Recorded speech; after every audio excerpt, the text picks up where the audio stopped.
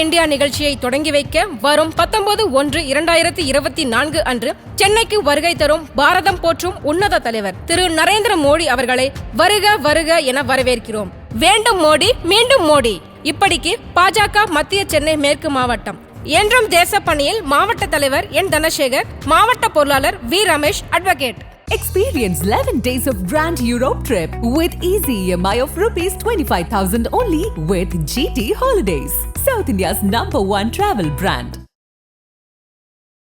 காஞ்சிபுரத்தில் இருந்த மயிலை சிவகுமார் எப்படி தென் சென்னைக்கு வந்து ஒட்டுமொத்த தென் சென்னையை கட்டுப்படுத்தும் அளவுக்கு ஒரு மிகப்பெரிய ரவுடியா மாறினாரு. சிவகுமாரை பத்தி நம்ம பேசுறதுக்கு முன்னாடி சிவகுமார் எவ்வளவு பேர் ரவுடியா இருந்தாரு அப்படின்றதுக்கு முன்னாடி இந்த சிவகுமார் மாதிரி இனி ஒரு ரவுடி வளரக்கூடாது, அந்த அவேர்னஸ்க்காகவும் இந்த வீடியோ நம்ம வெளியிடும். என்னன்னா, இதுல சிவகுமாரோட ஸ்பெஷல் என்னன்னு கேட்டா, சிவகுமார் வந்து எங்கேயும் ஓடி ஒழிய மாட்டார். கூப்பிட்டா போலீஸ் கூப்பிட்டா உடனே போறது. ரெண்டாவது வந்து இந்த ஸ்மக்லிங் பண்ண தெரியாது, ரவுடித்தனம் பண்றது, பஞ்சாயத்து பண்றது, கொலை பண்றது. A+ ரவுடி தான், A++ ரவுடி. சிவகுமார் சின்ன சின்ன ரவுடித்தனம் பண்ணி சண்டை போட்டிருந்தாலும் இதுதான் சிவகுமாரோட முதல் கொலை. 2001 அந்த அக்யூஸ்ட் லிஸ்ட்ல வராரு. அதுவும் பெரியவருடைய தயவால வராரு. இயற்கைக்கு தெரியல, சிவகுமாருக்கு தெரியல, இந்த கொலை தான் நம்மளோட கடைசி முடிவா இருக்க போகுதுன்றது தெரியல. ரஜினி பாஷா படத்துல சொல்றாருல, என் பேர் மாணிக்கம், எனக்கு இன்னொரு பேர் இருக்குன்னு. மயிலை சிவகுமார்னு எல்லாரும் இன்னைக்கு செத்து போனதுக்கு அப்புறம் சொல்றாங்க. சிவகுமாரோட பேரு டைகர் சிவா தான். ஒரு மிகப்பெரிய ஒரு ஆண்ட்ராய்ட் போனை கொடுத்தீங்கன்னா சிவகுமார் கிட்ட அதை ஹேண்டில் பண்ண தெரியாது. ஆண்ட்ராய்ட் போனை யூஸ் பண்ண தெரியாதா? அந்த அளவுக்கு நாலேஜ் தெரியல. அந்த அளவுக்கு நாலேஜ் இருந்தா தான் ஸ்மக்லிங் பண்ணிருக்கலாம், வேற எதனா பண்ணிருக்கலாமே. ஒன்லி கொலை மட்டும்தான். டைரக்டர் வெற்றிமாறன் வந்து ஏதோ ஒரு தொடர்புல சிவகுமாரை மீட் பண்றாரு. ஏன் இதை சொல்றேன்னா, வெற்றிமாறன் ஜெயிலுக்கா போயிருக்காரு. இது வரைக்கும் ஜெயிலுக்குள்ள போகாத போது எப்படி வடசென்னை படத்துல மனு ரூம் எப்படி இருக்கும், மனு எப்படி படிப்பாங்க, படிசோறு எப்படி இருக்கும், டாய்லெட் எப்படி இருக்கும், போனுக்குள்ள எப்படி கயிறை கட்டி டாய்லெட்டுக்குள்ள போட்டிருப்பாங்க, அதெல்லாம் யாரும் இன்ஸ்ட்ரக்ஷன் கொடுத்தது? வெற்றிமாறனுக்கே வந்து மயிலை சிவகுமார் தான் ஹிண்ட் கொடுத்திருக்காரு. அதுல எந்த மாற்று கருத்து கிடையாது. ஒரு ரவுடியை வந்து வெட்டி கொன்னாலோ என்கவுண்டர் பண்ணாலோ காவல்துறை கூப்பிட்டு சொல்ற விஷயம் என்னன்னா, பாடியை வாங்க, எடுக்கிறதும் தெரியக்கூடாது, அடக்கம் பண்றதும் தெரியக்கூடாது, சொல்லி தான் இன்ஸ்ட்ரக்ஷன் கொடுப்பாங்க. சிவகுமாருக்கு ஆயிரக்கணக்கான பசங்க அந்த அம்பட்டவாராதில இருந்து அங்க சுடுகாடு போறதுக்குள்ள ஆயிரக்கணக்கான கிரௌடு, அப்படியே மொத்த கிரௌடு போய் இன்னமும் யூடியூப்ல அந்த வீடியோ இருக்கும். இவ்வளவு பேரையும் அங்க சம்பாரிச்சு வச்சிருக்காங்க. காரணம் என்னன்னா, சிவகுமார் தாங்க சிவகுமாருக்கு ரோல் மாடல். சிவகுமார் மாதிரி வேற யாருமே கிடையாது. சிட்டிக்குள்ள இனி ஒரு ரவுடி மயிலாப்பூர்ல வளரவும் முடியாது. அது சிவகுமார் மாதிரி வேற எந்த ரவுடியும் வளர முடியாது. ஆதன் தமிழ் நேயர்களுக்கு அன்பு வணக்கம். நம்மோடு பத்திரிகையாளர் திருமிகு விமலேஸ்வரன் அவர்கள் உள்ளார். வணக்கம் விமலேஷ் சார். வணக்கம். நல்லா இருக்கீங்களா? நல்லா மகிழ்ச்சி சார். அதாவது தொடர்ச்சியா ரவுடிகள் கொலை சம்பவங்கள் பத்தி பேசிக்கிட்டு இருக்கோம். குறிப்பாக தென் சென்னையில் கோலோச்சிய ரவுடிகளை பத்தி உங்ககிட்ட கேட்கணும்னு நினைக்கிறேன். தென் சென்னையை பொறுத்த வரைக்கும் பெரியவர் என்று அழைக்கப்படுகிற அயோத்திக்குப்பம் வீரமணி, அதே போல பாலத்தோட்டம் சேகர், மார்க்கெட் முரளி, இந்த வரிசையில மிக முக்கியமான நபர் அவர் பேர் தான் மயிலை சிவகுமார். இந்த மயிலை சிவகுமாருக்கு தென் சென்னை பூர்வீகம் கிடையாது. அவர் காஞ்சிபுரத்தை பூர்வீகமாக கொண்டவர். காஞ்சிபுரத்துல இருந்த மயிலை சிவகுமார் எப்படி தென் சென்னைக்கு வந்து ஒட்டுமொத்த தென் சென்னையை கட்டுப்படுத்தும் அளவுக்கு ஒரு மிகப்பெரிய ரவுடியா மாறினாரு, அவருடைய முடிவை பத்தி எங்களுக்காக சொல்லுங்களேன் சார். சிவகுமாரை பத்தி நம்ம பேசுறதுக்கு முன்னாடி, சிவகுமார் எவ்வளவு பேர் ரவுடியா இருந்தாரு அப்படின்றதுக்கு முன்னாடி, இந்த சிவகுமார் மாதிரி இனி ஒரு ரவுடி வளரக்கூடாது, அந்த அவேர்னஸ்க்காகவும் இந்த வீடியோ நம்ம வெளியிடும். என்னன்னா, சிவகுமார் வந்து முன்னாடி வந்து காஞ்சிபுரம் மாவட்டம், செங்கல்பட்டு, இதெல்லாம் ஒண்ணா இருந்துச்சு. அப்ப செங்கல்பட்டுக்கு பக்கத்துல இருக்க சூனாம்பேடு கல்பாக்கம் சூனாம்பேடு பகுதியை சேர்ந்தவர் தான் சிவகுமார். சிவகுமாரோட தந்தையார் பேர் வந்து மோகன். சிவகுமாருக்கு வந்து 2 சகோதரர்கள் இருப்பாங்க, நித்யா, நிர்மல்னு சொல்லிட்டு. நிர்மல் வந்து ஆல்ரெடி உடல்நல கோளாறுனால இறந்துட்டாங்க. நித்யான்ற தம்பி இருக்காருன்னு நினைக்கிறேன். சிவகுமார் வந்து பிகினிங்ல வந்து மயிலாப்பூர்ல வந்து அவங்க குடி போடுறாங்க. எந்த இடத்துல குடி போகிறாங்கன்னா, இப்போ வந்து நீங்க பீச் டுவர்ட்ஸ் டு சிட்டி சென்டருக்கு வரும்போது, சிட்டி சென்டருக்கு பின்னாடி அந்த இடத்துக்கு பேர் என்னது, மாட்டாங்குப்பம்னு சொல்லுவாங்க, சண்முக பிள்ளை தெருன்னு சொல்லுவாங்க, ஷெல்டர்புரம்னு சொல்லுவாங்க. இது எல்லாத்துக்கும் முன்னாடி இந்த வெள்ளைக்காரங்க வச்சது ஆம்பிள்டன் பிரிட்ஜின்னு பேரு. அந்த ஆம்பிள்டன் பிரிட்ஜ் தான் எப்படி ஆம்பிள்டன் பிரிட்ஜ் வந்து அம்பட்டவாராதின்னு மாறுச்சுன்னு தெரியாது. அந்த அம்பட்டவாராதின்னுவாங்க. அது எதுக்கு அப்படி சொல்றாங்கன்றது இன்னும் வரைக்கும் நிறைய பேருக்கு அங்க இருக்கவங்க தெரியாது. சிவகுமார் வந்து எப்படின்னு கேட்டா, என்னுடைய படிப்பு, என் விளையாட்டு எல்லாமே வந்து மயிலாப்பூரை சார்ந்தது தான். Mylapore Alphonsa ground, MRC ground, Sairamapuram ground, Nageswara park ground, மொட்டப்பு கிரவுண்டு, எல்லா இடத்துலையும் விளையாடும். இங்கே வந்து எப்பயுமே இந்த சண்டே டைமில் ஒரு பக்கம் இந்த ஒரு ஹையர் செகண்டரி ஸ்கூல் படிக்கிற பசங்க, இன்னொரு கொஞ்சம் இதாக இருக்க பசங்க, இன்னொரு கொஞ்சம் லோவாக இருக்க பசங்க வந்து விளையாடுவாங்க. இப்போ இவங்களுக்குள்ள இந்த பால் பட்டு ஏதாவது தகராறு வந்தோடனே அந்த பசங்க ஃபஸ்ட்டு சொல்கிறது, ஏய் நான் சிவகுமார் அண்ணா கூட்டின்னு வந்துடுவேன் அப்படின்னு.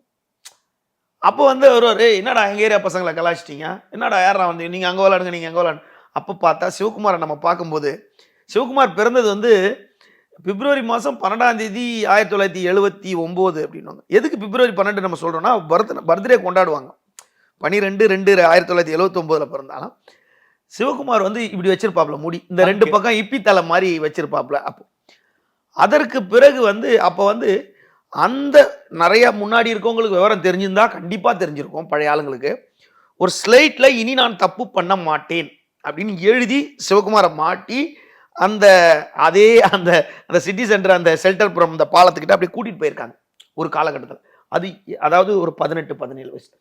இதற்கு பிறகு சிவகுமார் வந்து நீங்க சொல்ற மாதிரி பெரியவர் அப்படின்ற அழைக்கப்பட்டவர். அதாவது ஒரு பிரபலமான ஒரு தமிழகத்தில் சென்னையில் ஒரு பிரபலமான ஒரு ரவுடி வீரமணி அப்படின்ற ரவுடின்வாங்க, ஸ்மக்லர். அவங்க சகோதரர் தான் வீரகுமார்ன்றவர். அதே மாதிரி நீங்க சொன்ன மாதிரி தோட்டம் சேகர்லாம் வந்து அரசியல் பேச்சாளர். ஆமா. அதுக்கப்புறம் மார்க்கெட் முரளி, அந்த பக்கம் மாரி, மாலைக்கன் செல்வம், கேட் ராஜேந்திரன், சேரா, அந்த பக்கம் வெள்ளை ரவி, இந்த பக்கம் பங்குமாரி, இப்படிலாம் ஒரு காலகட்டத்தில் உருவாகிட்டு இருக்கும்போது 2001ஆம் ஆண்டு சம்திங் நினைக்கிறேன், 2001ஆம் ஆண்டு இவங்களுக்குள்ள இந்த சீட்டு அதிமுகவில் சீட்டு தர பிரச்சனைகள் நடந்துகிட்டு இருக்கு. அப்போ வந்து ஒரு பெரிய கொலை வந்து 2001ஆம் ஆண்டு நடக்குது. யார் கொலை சார்? கொலை நடக்குது 2003ஆம் ஆண்டு. என்னன்னா, அதாவது தோட்டம் சேகரோட கொலை நடக்குது. அந்த கொலை நடக்கும்போது அங்க ஒரு 50 பேர் அதை செய்து அதை பண்றாங்க. ஓகே. இதுக்கு இதுக்கு பின்னணியில இருக்கிறது நம்ம சிவகுமாரை பத்தி பேசுறதுனால இதை சொல்லாம சிவகுமாரை பத்தி பேச முடியாதுன்றதுனால. என்னன்னா, அப்போ வீரமணியோட இன்ஸ்ட்ரக்ஷன்ல தான் நடக்குது. ஏன்னா வீரமணியோட இருக்கிறது தான் முரளி, மார்க்கெட் முரளி வீரமணியோட இருக்கவர். அப்போ நிறைய பேர் என்ன சொல்லுவாங்க, சிவகுமார் வந்து வீரமணி ஆளுன்னு சொல்லுவாங்க. ஆள் தான். ஆனால் வீரமணியோட காலம் வரைக்கும், அதாவது நம்ம சொல்லுவோம்ல கடைசி சிசியா என்ன சிசியா அப்படின்வாங்களே, அப்போ 79 பிறந்த ஒருத்தருக்கு வந்து 2001 இந்த கொலை நடக்குதுன்னா அப்போ எத்தனை வயசு? 21 வயசு இருக்கும். அப்போ அந்த கொலையில 50 பேர் இருக்காங்க, அதுல 11 பேர் செய்யறாங்க. அந்த 11 பேர்ல கடைசி அசிஸ்டண்டா தான், அசோசியேட்டா தான் மயிலை சிவகுமார் உள்ள சிவகுமார் இருந்திருக்காரு. அப்போ அங்க சிவகுமார், இங்க சிவகுமார்னோடனே அப்போ வீரமணி இன்ஸ்ட்ரக்ஷன்ல ஒரு கொலை நடக்குது. அப்போ அது வீரமணி தான் ஸ்கெட்ச் போட்டு இது யார் பண்ணணும்னு சொல்லியிருப்பாரு.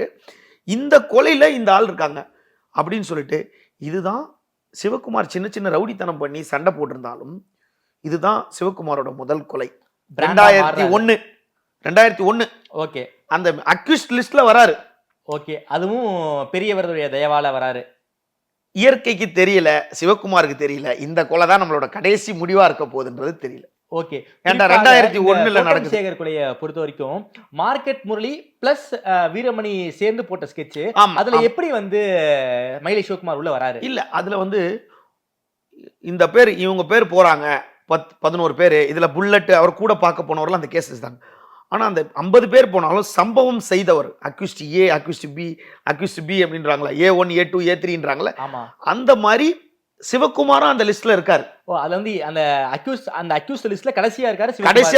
கடைசியா செத்ததும் சிவகுமார் தான். எல்லாரும் ஆல்ரெடி செத்துட்டாங்க. ஓகே ஓகே, செத்துட்டாங்க.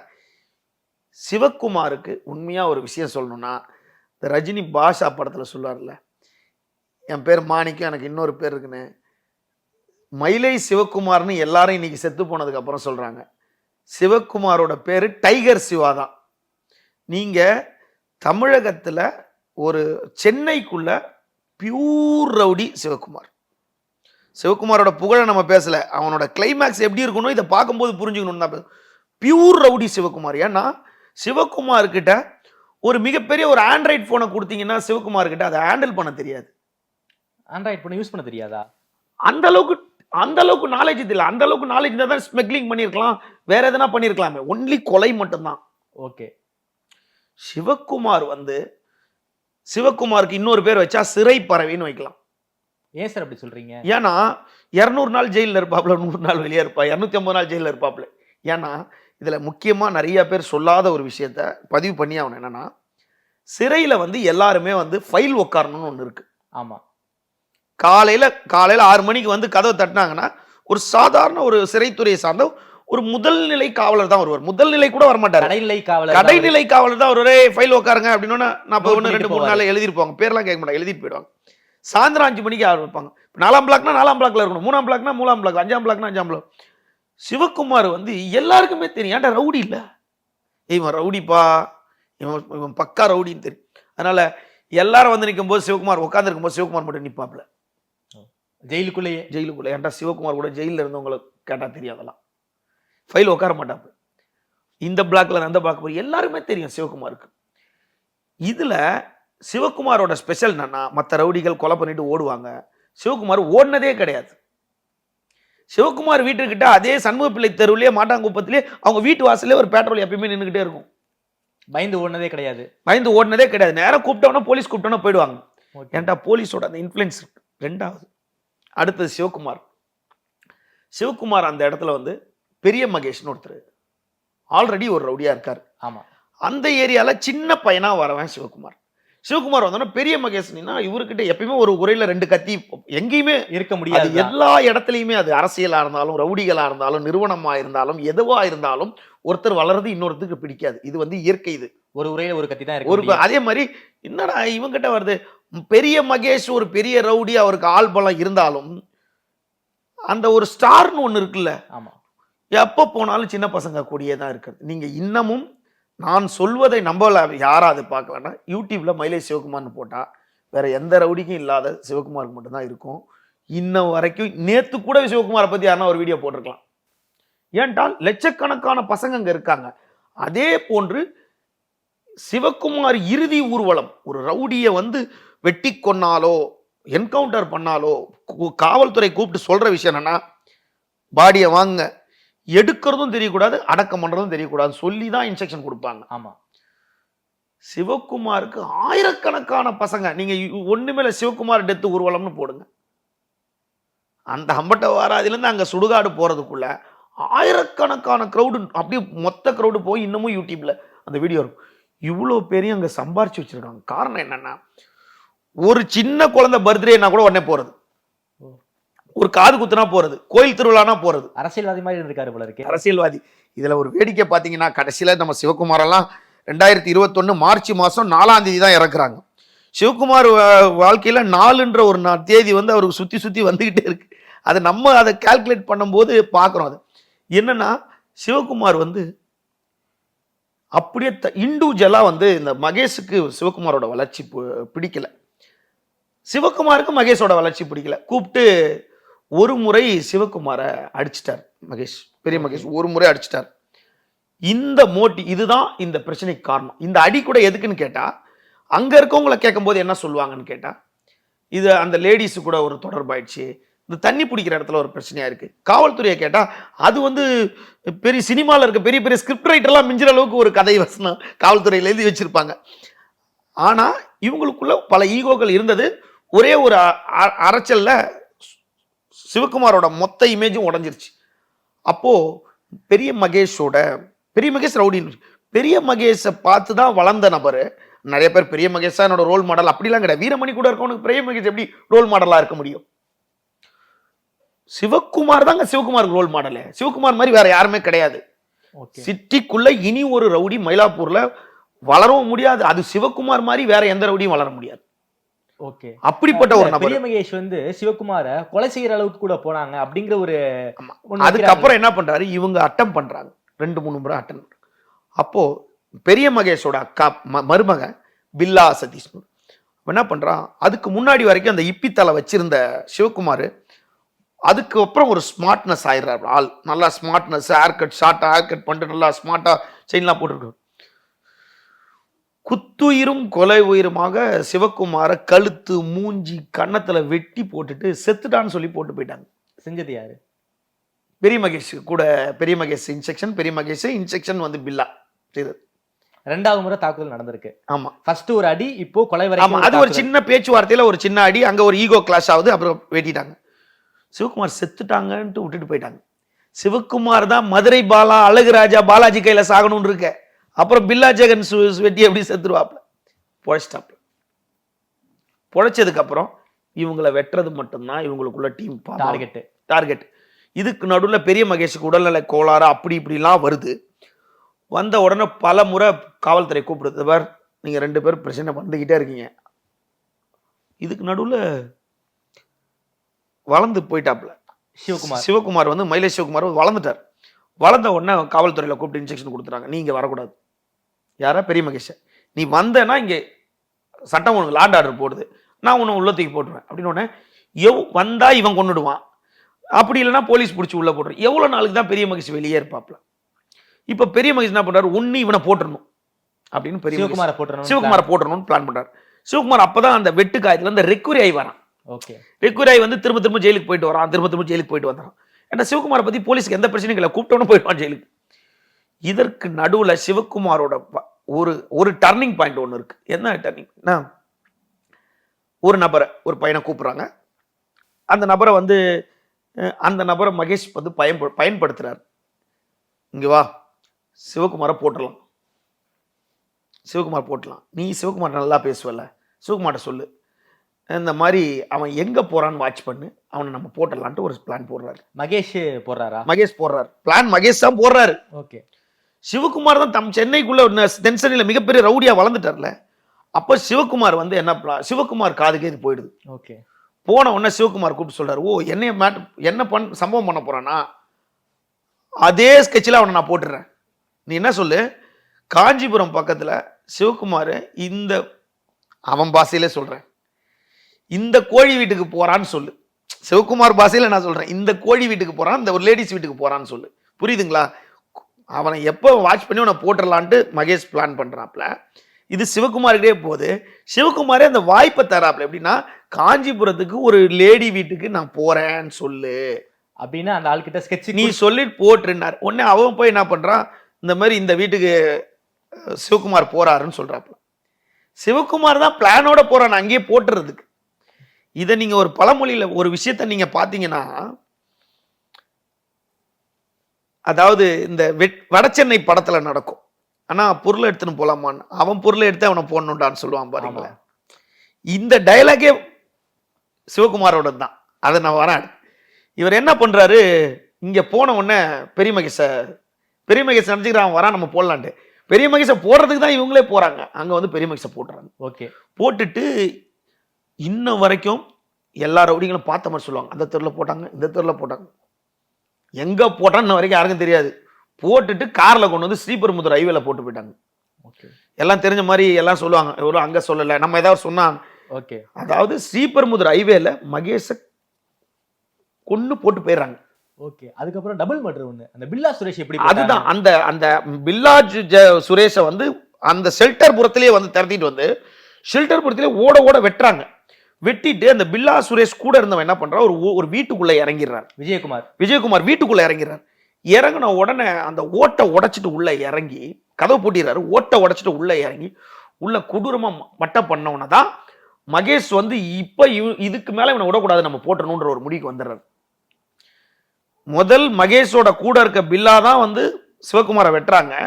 அதன் ரிவெஞ்சா பில்லாவை சுத்தி சதீஷையும் விஜயகுமாரையும் போட்டுறாரு. அதுக்கப்புறம் மகேஷ் அட்டம் பண்றாரு. அவருடைய ஸ்கெட்சிலே போய் சிவகுமார் வந்து மகேஷை போட்டுறாரு. போட்டுட்டு அதுக்கப்புறம் திரும்பவும் ஸ்டேஷன் போயிடுறாரு, சரண்டர் ஆயிடுறாரு, திரும்ப வந்துடுறாரு.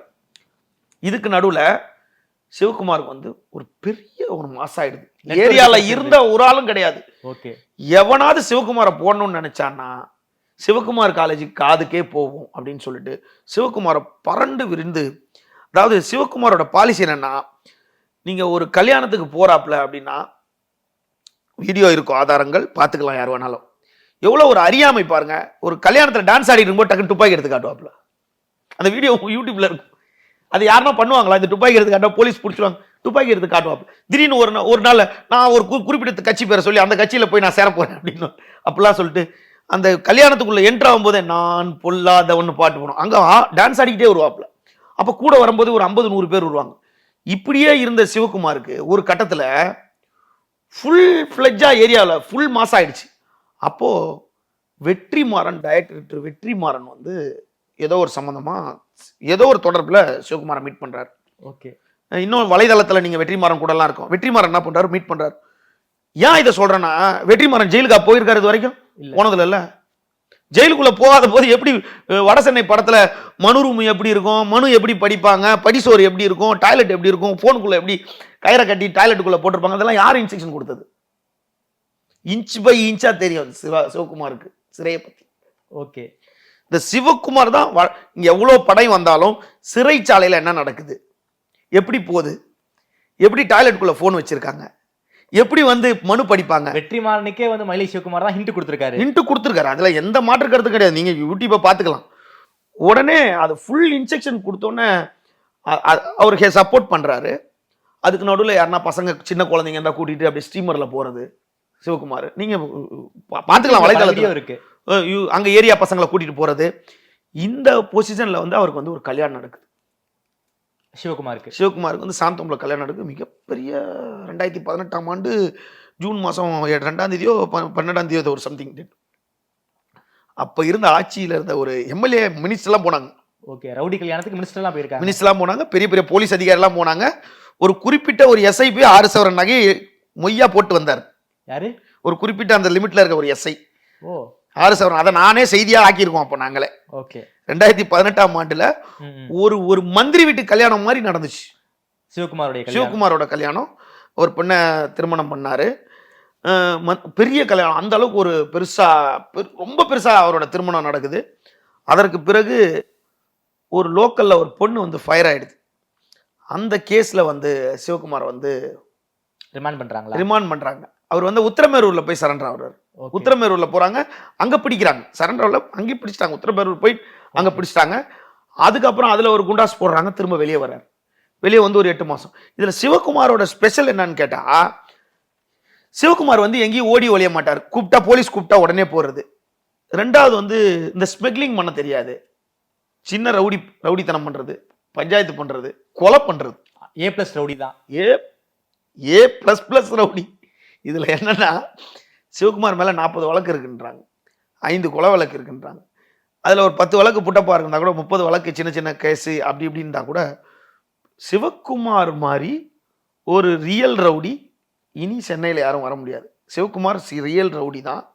சிவகுமாருக்கு மாதிரி ஒரு ஏரியா அமைஞ்சதும் இனி யாருக்கும் அமையாது. சிவகுமார் மாதிரி அவ்வளவு பசங்களும் இனிமேட்டு யாருக்கும் அமைய மாட்டாங்க. ஏன் சொல்றேன்னா, அதாவது சிவகுமாரை வந்து என்ன பண்றாங்க, இவ்வளவு நடந்துகிட்டு இருக்கும்போது ஒரு டீம் பார்த்துக்கிட்டே இருக்கு. 20 வருஷமா வாட்ச் பண்ணிக்கிட்டே இருக்கு. இவ்வளவு நடந்துட்டு இருக்கு, இவ்வளவு வளர்ந்துட்டு இருக்கானே, இவனை எப்படி போட முடியல. அதுக்கு நடுவுல என்ன பண்றாங்க, தோட்டம் சேகர் அவங்க அந்த பையன் வந்து அவங்க அப்பா வந்து இறக்கும் போது அவனுக்கு 1 வயசு. அழகுராஜா அந்த பையன். அழகுராஜா.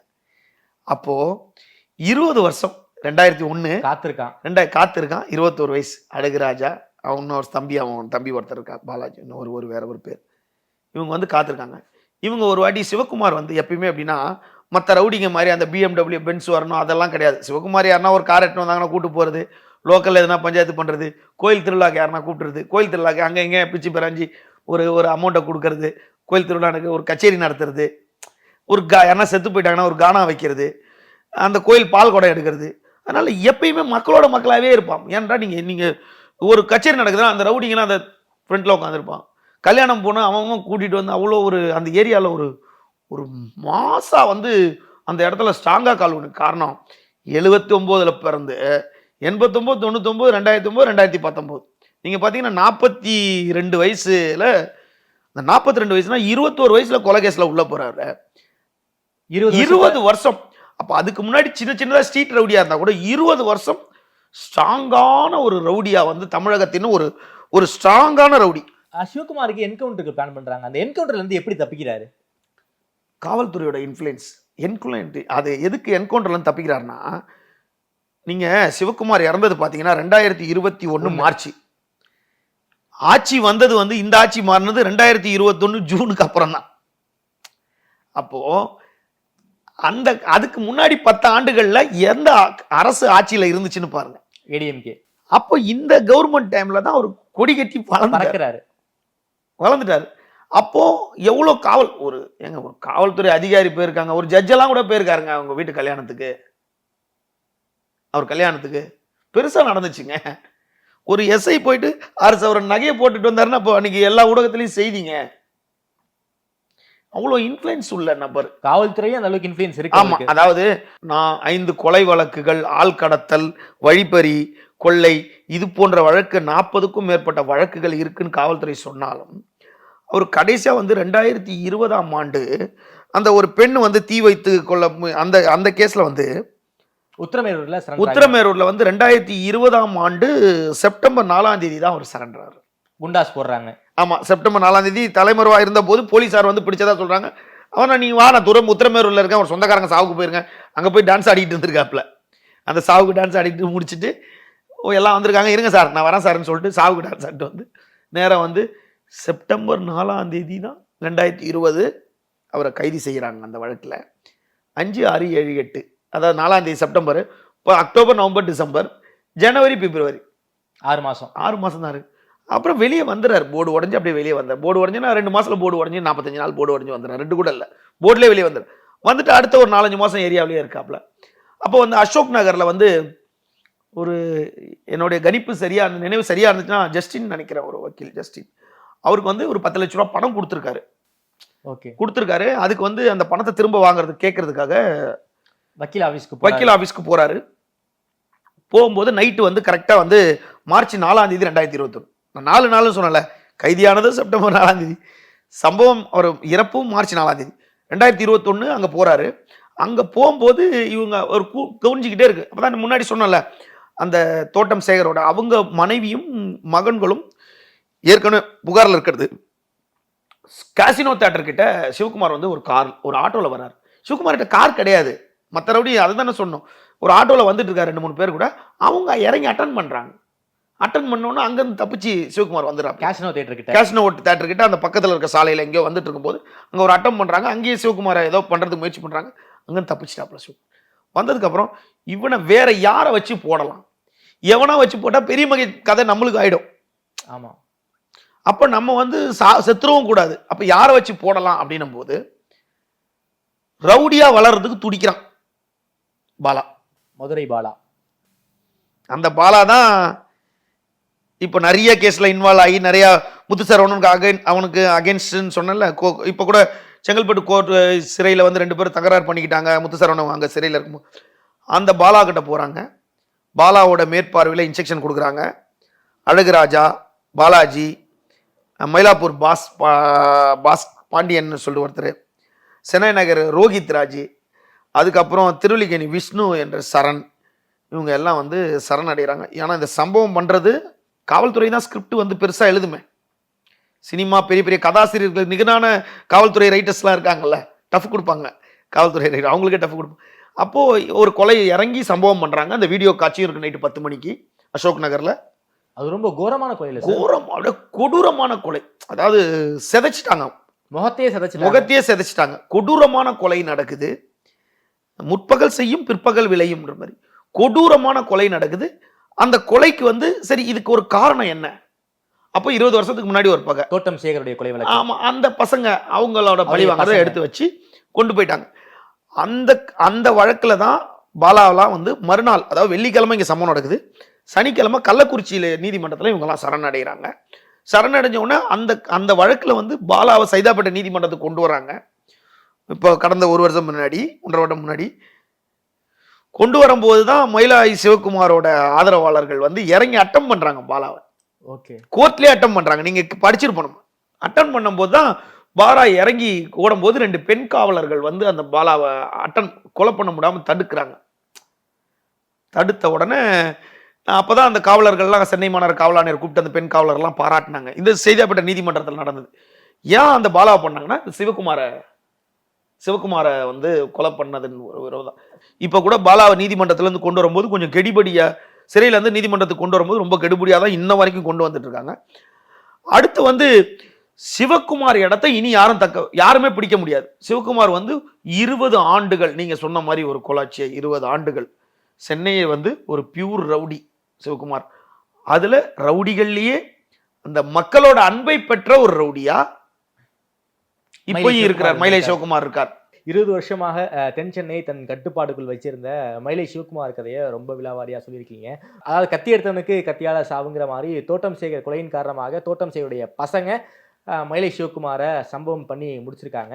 அந்த 20 வருஷ கதையை பின்னையே ரொம்ப விரிவாக சொல்லியிருக்கீங்க. நேரம் கொடுத்து பேசியமைக்கு ரொம்ப நன்றி மலேசியன் சார்.